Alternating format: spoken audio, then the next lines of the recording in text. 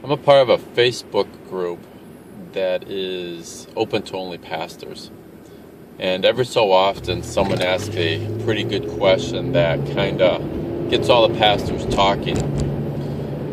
And the last question, there was one last week that it came in about what is something that really frustrates you about church. And the responses start coming in pretty quick. And some of the responses dealt with buildings and funds, and some of them dealt with the people, not being able to work with them, and betrayal. A couple of them were talking about wanting to do, when someone leaves their building, they want to do exit interviews, and how in the exit interviews they always say, oh, there's nothing wrong with the church, there's nothing wrong with the pastor. We just feel like God is calling us on to another place. And that is so typical, because those same people typically said that to their last church and ended up at their church.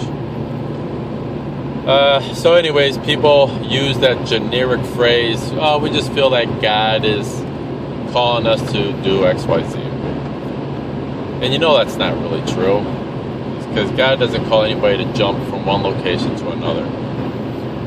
But anyhow, there's some other frustrations that the pastors were having, so I wanted to respond to kind of be a part of the group.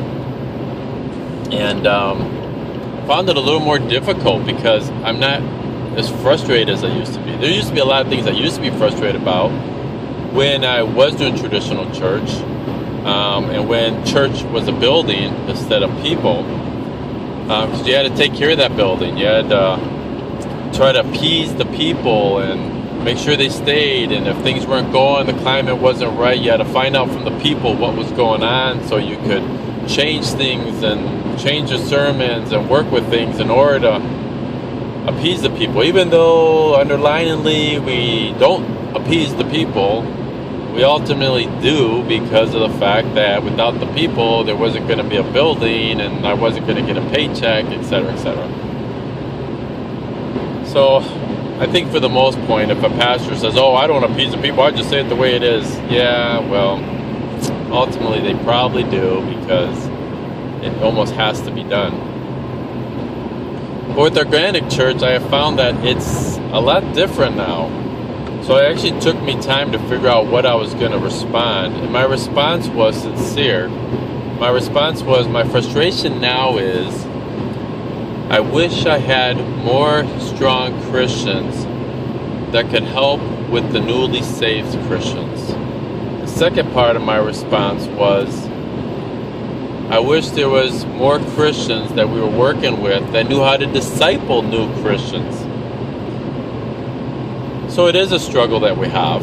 It is something that we are dealing with, to disciple people quick enough for them to disciple other people. So part of it is you kind of wish you had Christians coming into your organic church that could immediately jump into getting people saved and immediately jump into discipling people.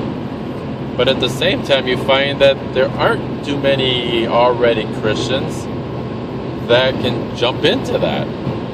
So you have to kind of back up a little bit and say, well, I got to get new people saved so those new people can get other new people saved.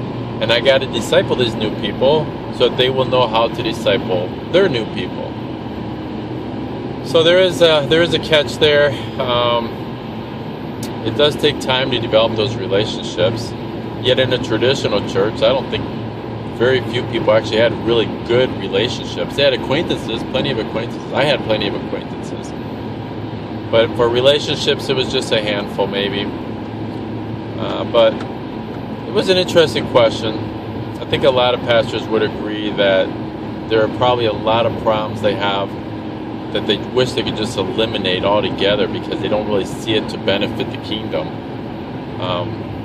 Yet I think a lot of them struggle with, and I did, at least I did, I struggled with, how do I benefit the kingdom instead of just keeping my church building alive?